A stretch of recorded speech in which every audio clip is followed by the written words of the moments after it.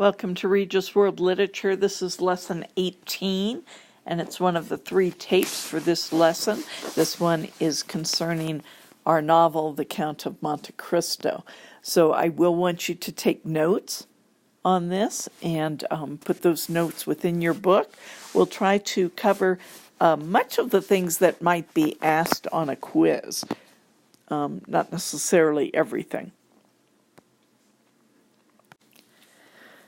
So we're going to talk about what I would divide into part 1 today, and that would be chapters 1 through 6, and I'm going to entitle that The Rising Star, referring, of course, to Edmond, Dante's, whose fortune is on the rise, both professionally and in his marriage. Life looks very, very bright at this point, but the negative is underneath the surface, and that is the idea that he is attracting negative attention in the form of envy and jealousy from those around him.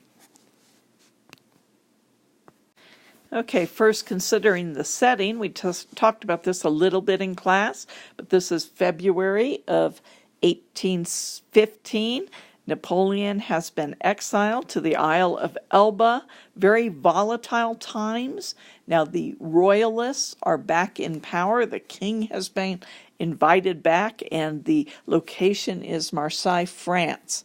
Okay, the ship has just returned. Our first major action is the returning of the ship. And so let's go ahead and talk about that for a minute.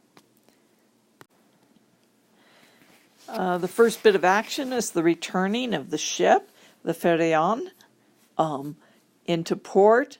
It's obvious from the way it's coming in that they have sad news to tell.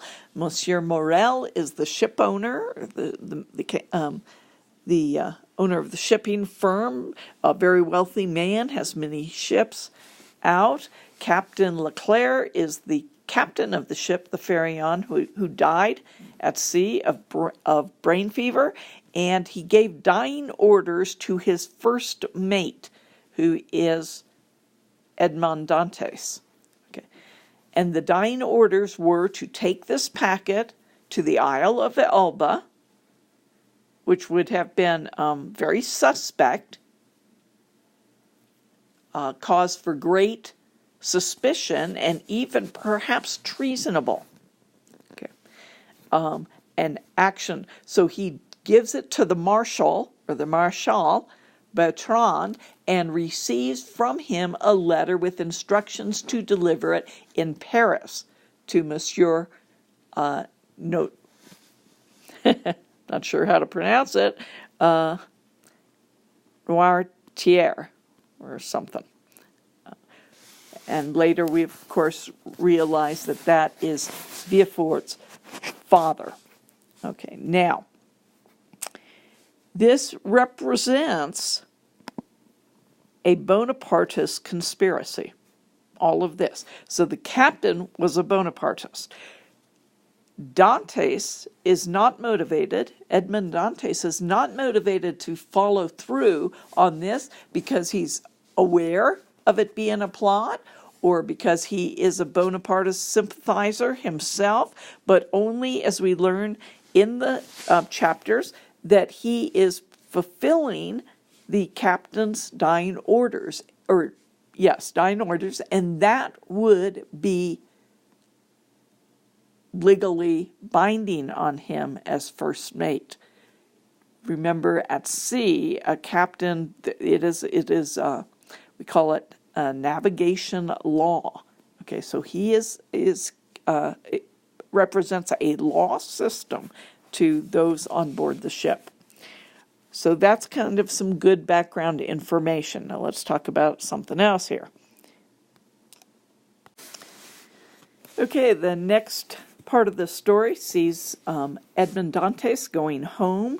He does not have a mother living, presumably, but he is in a rather poor family. He's made himself, he's worked his way up as a sailor and now up to first mate, and he considers himself incredibly favored that he would, at the young age of 20 or so, be in line to be made captain, and that Morel has already expressed the desire to do so. So this is very fortunate for him, and he considers himself very grateful, but it also says something about his background. The reason this is so unusual is because he is a rather poor man, and that's something to keep in mind.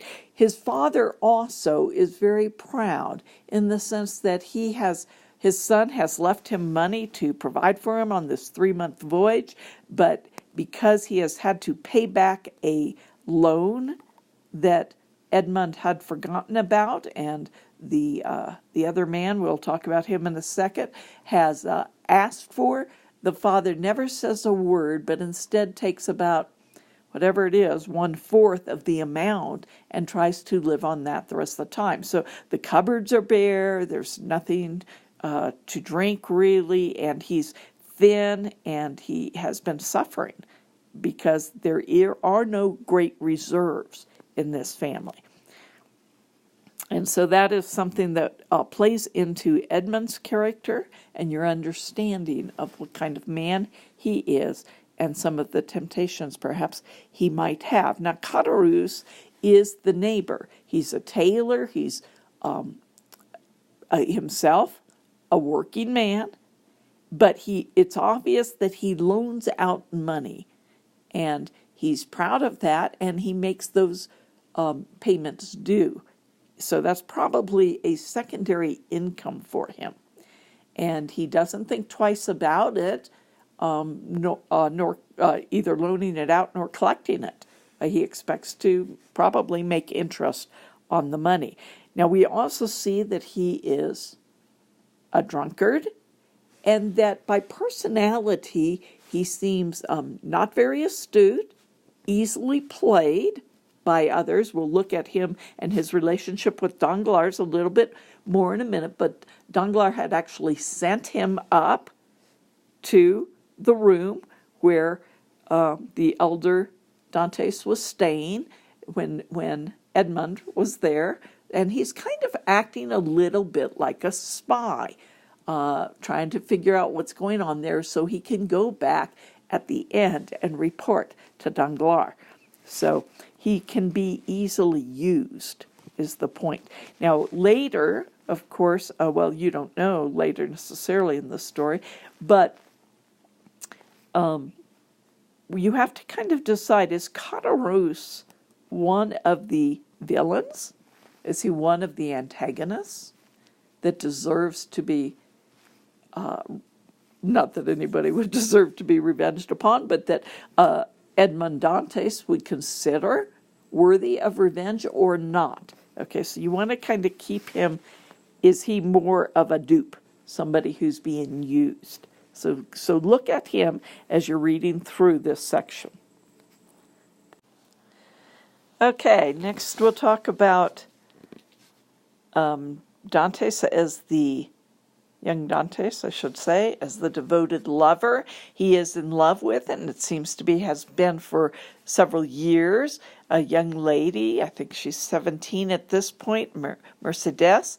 She is a Catalan. Now, Catalan is the Spanish district of Marseille. They tend to keep their own customs and be in their own area of the city and intermarry and do not engage much with the rest of the people of Marseille. So Fernand is also a Catalan, and he has loved her since childhood, or a long, long time, is head over heels for her, very passionate about her, and probably resents the fact that she has chosen somebody who is not a Catalan to be the person she loves.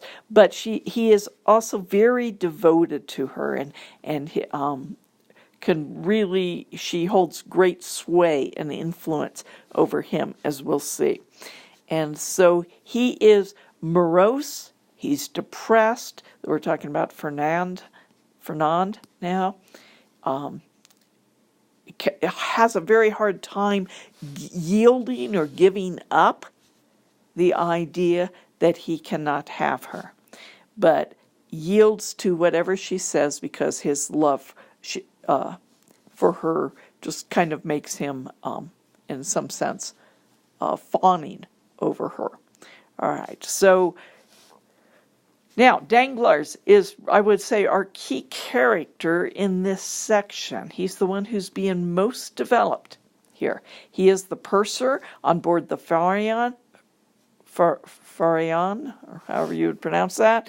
He is ambitious.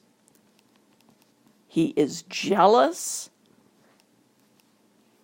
of Edmond, and he is manipulative. And we see this a lot. Okay, who's he manipulating? Well, he manipulates manipulative, there we go, that's a V. All right. He's manipulative towards Caderousse. Okay, he plays him for information. You might think of Caderousse perhaps as somebody who is a gossip and is kind of interested in stirring things up a little bit. We've said that he's a drunkard, and he can easily be, he's got that personality that can easily be controlled by somebody else for evil purposes. Danglars is also playing Fernand. He's stirring him up. He's stirring up his emotions. He's kind of subtly challenging him. He plays himself against Caderousse, but I'm not sure that the two have set themselves up in a scheme together as much as Danglars is a clever man, and he knows how to use other people for his advantage. And I'll show you a quote where I can show you that I think that it's obvious that he is not actually in league with Caderousse. I don't think he considers Caderousse clever enough to pull off a scheme together, but he is able to use him. Okay, we see him manipulative at the wedding feast when Edmond is arrested, and he's quick to come to his support very vocally. Oh, I can't believe that accusation. There's no way he would be a Bonapartist, and he declares Edmond's innocence and vouches for him. He also stirs up and is manipulative with Monsieur Morel, though you would not think he could have any influence over him, and we'll look at a quote that indicates that also. He hopes to be made captain, and in fact, this comes about pretty quickly because the Pharaon cannot be left captainless while all this is being sorted out. So he does become acting captain immediately. Now let's talk about one last section here before we look at quotes. So this last section I'm going to call the law. Monsieur Villefort, or Villefort, I think we don't pronounce the R or the T, I guess. The deputy procureur du roi, that's an R, capital R. This is a high position in the law already for a young man. He's assistant to the head judge. He's engaged. This is an engagement of convenience to a very high royalist family, and it's for money and position. He's not adverse to her, but this is not a engagement of love so much as convenience. His father is citizen notaire, probably butchering that pronunciation, but he is a key person in the Bonapartist League, and that's very important. He had worked under Napoleon. He was a senator during the time of Napoleon. He is still loyal to him and high up in the organization, as indicated by the fact that the letter from the Marshal was addressed to him. Okay, and this is a letter organizing a second coup by Napoleon. So Villefort is ambitious. He wants to be in power, and therefore he is trying to divorce himself from his father, all the reputation of his father. His father is a well-known man, so he can't just ignore his father, but he tries to diminish the idea that his father and he are associated by taking on a new name, and he is under a great deal of pressure to prove that he's a royalist. This comes into play when he deals with Edmond Dantes. He would be, it could spell his absolute ruin, and probably very possibly by connection, his own imprisonment, if people are aware and the law is aware that his father, a strong Bonapartist, is conniving for another coup or support for Napoleon. Often they will gather together all those people that could in any possible way be an influence, and they would put them in prison. And so not only would his father go to prison, but very possibly he would, or at the very least, his influences under the royalists, if they succeed, would be greatly diminished. And so he has both, as was brought out in class, both the motivation of ambition, but also one of fear. He could actually be destroyed himself. So there's a strong self-preservation motive. Now I'd like to talk about a few quotes here. The first one is in the first chapter, and if you're in the new book, it's on page 15. And it begins in the paragraph about halfway down the page saying, quite true, quite true.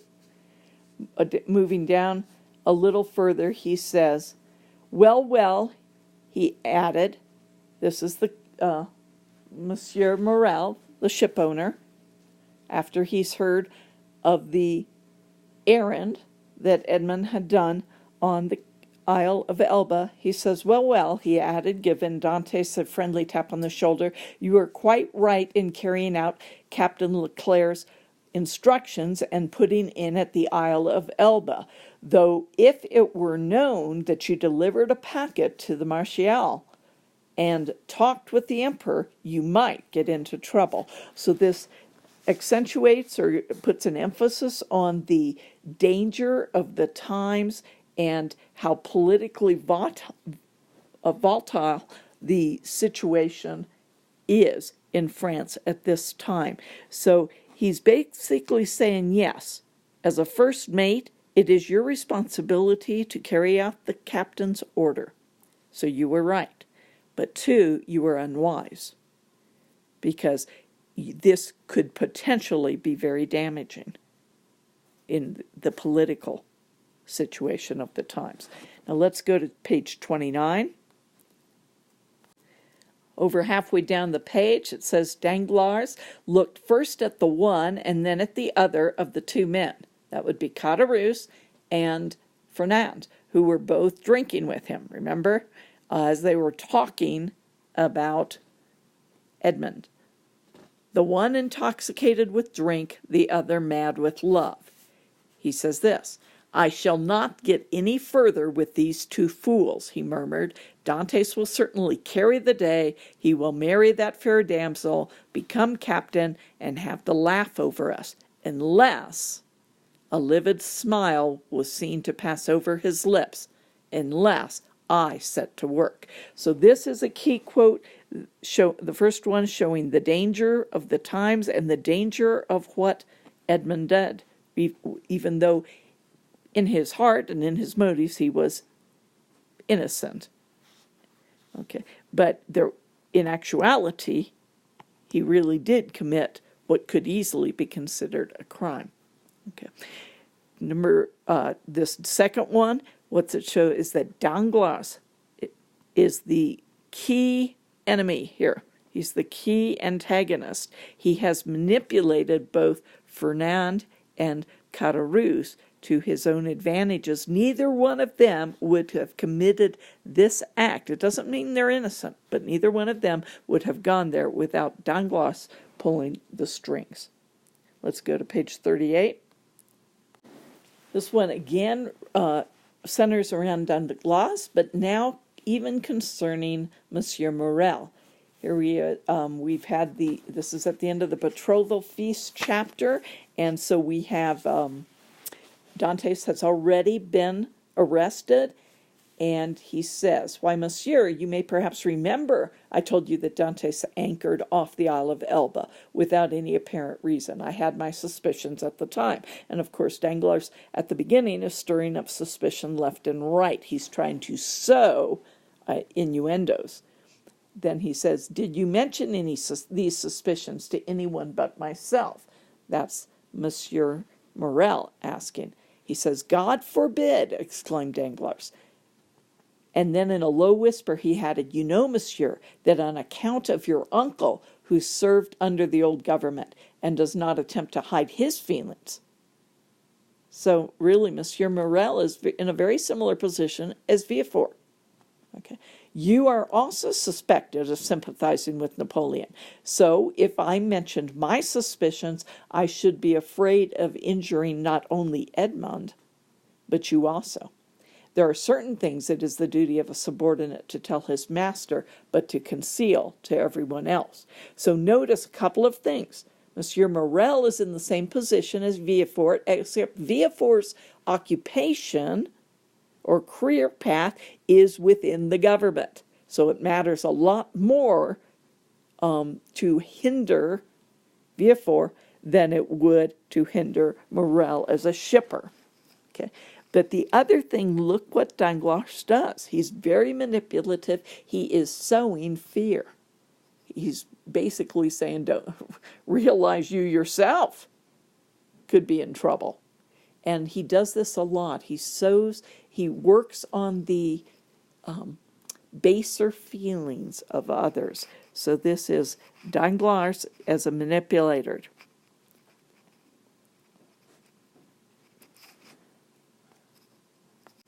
Now this next quote, a couple of quotes here, Villefort, has to do with his potential problems here. He says on page 42, the Marquis, or actually the Marquise, which would be the lady, the mother, is talking to him and says, "Napoleon, the personification of equality? Do you know, Villefort, that what you say has a very strong revolutionary flavor, but I excuse you, one cannot expect the son of," I'm thinking that's pronounced with a J, Girondin, it might be G, hard G, "to be quite free from the spice of the old leaven." What is that? An innuendo that, of course, he's not a true royalist. Villefort is not a true royalist because his father was a revolutionary under Napoleon. A deep crimson suffused the countenance of Villefort. "It is true that my father was a Girondin, madame, but he did not vote for the king's death. My father was an equal sufferer with yourself during the reign of terror, and he well nigh lost his head on the same scaffold which saw your father's head fall." So they are kind of a moderate party of the Bonapartists, but nonetheless resented by many of the royalists. He goes on the top of the next page, and just about a couple paragraphs down, he says, "Very well then," the Marquise rejoined, "let it be agreed that we forget the past. But, Villefort, should a conspirator fall into your hands, remember that there will be so many more eyes watching you, since it is known that you come of a family which is perhaps in league with the conspirators." Do you see the pressure that's being put on him, which makes his motive of self-preservation He has the motive of ambition, but also a strong motive of self-preservation. And that makes it all the more powerful because he is being subtly influenced. You will notice that often in political regimes that are controlling things by violence and by fear, this subtle pressure of putting people on self-preservation footing is a very common manipulative ploy, and we see it a lot in history, and you see it a lot in this book. Okay, let's go to 45. This, a more straightforward quote, just showing his motivations, especially with regard to his choice of a bride. It says, Gerard de Villefort was at this moment as happy as it is given to any man to be, already rich, and although only 27 years of age, occupying a high position on the bench would be a phrase for the law as a judge. He was about to marry a young and beautiful girl whom he loved, not passionately, it is true, but with calculation as befits a future procureur du roi. I'm sorry, I'm pronouncing that so badly. For in addition to her beauty, which was remarkable, Mademoiselle de Saint-Méran, his betrothed, belonged to one of the most influential families of the period, and furthermore had a dowry of 50,000 crowns, besides the prospect of inheriting another 500,000. So again, a very calculating man, ambitious, really trying to get ahead in the world, and trying to align his circumstances and his relationships to enhance that. Moving on to 48. He's also wise, insightful, as one you would expect who's been around the law a lot and has seen a lot of, disloyal and conniving situations. So he says this to Edmond, who is in many ways an innocent when it comes to these things. He's a straightforward young man, narrow sphere of influence and experience, and can't imagine anybody being his enemy. Or if they are his enemy, he doesn't want to know it.